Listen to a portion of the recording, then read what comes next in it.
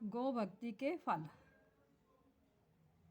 कोल्हापुर राज्य और ब्रिटिश राज्य की बीच सीमा पर धूत की नामक एक छोटा सा गांव है।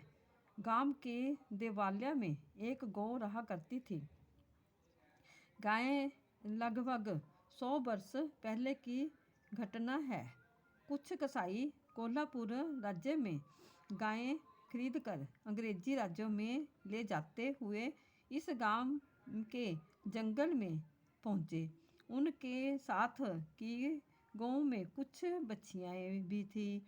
इन्हें क्या पता जो हमें जीवन में कुछ पार उतारा जा रहा है, पर इतना तो वह समझती थी कि किन्हीं कठोर हाथों ने हमें बांधा है। इस बंधन को तोड़वाकर वह निकल भागना चाहती थी। उसकी पीठ पर कसाईयों ने डंडे पड़ रहे थे, फिर भी वह बंधन तोड़वाकर भागने का प्रयत्न कर रही थी। उनमें से एक किसी तरह वहां से निकल भागी और सीधे गांव में के मुखिया के घर में घुस गई। कसाई के नौकर उसके पीछे लग थे।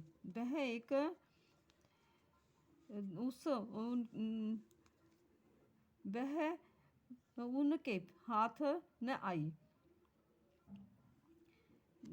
कसाईयों ने और गांव का यह रंग ढंग देखकर गांव के चरवाहों ने बाकी गांव को भी भगा दिया। तब कसाईयों और चरवाहों में बहुत कहा-सुनी हुई। शरणागत को भला हिंदू होकर वह कैसे छोड़ सकते थे? हिंदू धर्म की तो यह मुख्य बात है।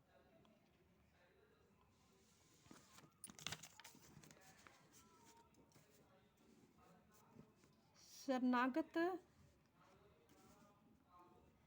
कहूँ जे तजहि निज अनहित अनुमान, ते नर पावनर पाप में तिन्ह बिलोकन हान। एक तो शरणागत दूसरे गौमाता जिनके लिए पूर्व के लोगों ने अपने न्यौछावर किए ये ऐसे सुदृढ़ परंपरागत संस्कार जिनके हैं वह ग्वाले गडरिए भला इस गांव को कैसे छोड़ देते? वही हुज्जत हुई। हाँ नहीं करते करते बात उस बच्चिया की कीमत पर आई। कसाई 50 रुपये देने को तैयार हुए, पर उसी बच्चिया के लिए आखिर पिनल कोड का अगुआ डंडा कोड चल पड़ा। एक तरफ ये 3-4 कसाई और दूसरी तरफ गांव के सब लोग। कसाईयों के मिजाज ठंडे हुए तब उन्होंने सरकार दरबार का रास्ता लिया। उन्हें अंग्रेजी हुकूमत का बल था और जिस मुखिया के यहाँ वह गौ स्वयं आ गई थी उसे धर्म की एकता का बल था। दोनों ही की भिड़ंत हुई। पॉलिटिकल एजेंट ने महाराजा को लिखा और महाराजा ने मुखिया को तलब किया। तब गांव के सब लोग बच्चिया को संग लेकर महाराज के पास गए। बच्चिया को महाराजा ने के सामने करके सारा हाल कह सुनाया और बोले, आप गो ब्राह्मण प्रतिपालक हैं, इसे हम लोग आपके हवाले करते हैं। आप चाहे इसे कसाईयों के हाथ में दें, अंग्रेज सरकार को दें, गांव के को दें, आप ही इसके विधाता हैं। महाराज जी ग्वाल वालों का गांव वालों का कहना सुन कर समझ लिया। गांव वालों को ही सौंप दी और यह आज्ञा दी कि करवीर कोल्हापुर राज्य में कसाई रोजगार न करे। हिंदू धर्म की दृष्टि से इसमें कोई नई बात तो नहीं हुई, पर इसके आगे की घटना हृदय को भेदने वाली है। गांव वालों ने यह गांव के शिवालय में श्री शंकर जी को अर्पण कर दी।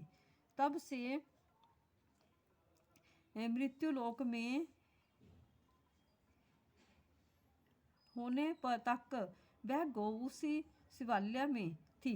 कभी किसी के खेत में नहीं गई, किसी पशु से लड़ी नहीं, कभी ऋतुमती भी नहीं हुई, तो फिर गाभिन कहाँ से होती। पर जिस दिन श्री शिवार्पित हुई, उस दिन से अपने जीवन के अंतिम दिन तक शिवजी के पंचामृत के लिए प्रतिदिन आधा सेर दूध दिया करती थी। सतारा जिले के कराड़ तालुके में कासार सिबा नामक एक ग्राम है। यहाँ के रहने वाले गोविंद दास महाराज महान गोभक्त थे। उनकी गोभक्ति की कथा अतिशय हृदय स्पर्शी है। इनके मठ में इनके बैठने और सोने के स्थान को छोड़कर बाकी सब जगह गौओं के गोठों से ही भरी हुई थी। इन गौ बछड़ों की सेवा करने से ही इनका सारा दिन बीतता था। एक बार इनकी कुछ गौएं खो गई।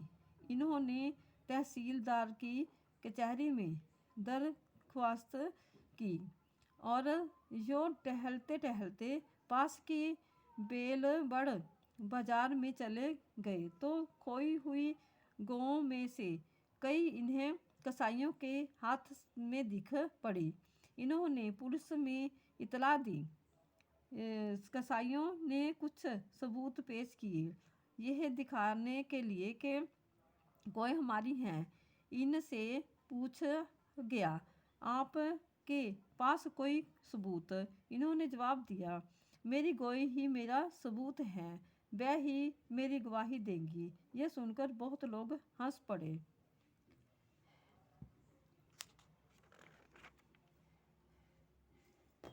सभी प्रकार के व्रतों की और पुराणों की जानकारी वीडियो देखने के लिए हमारा चैनल सब्सक्राइब करें और वीडियो को ज़्यादा से ज़्यादा शेयर करें और लाइक करें, तो जो और लोगों को भी इसका लाभ मिले।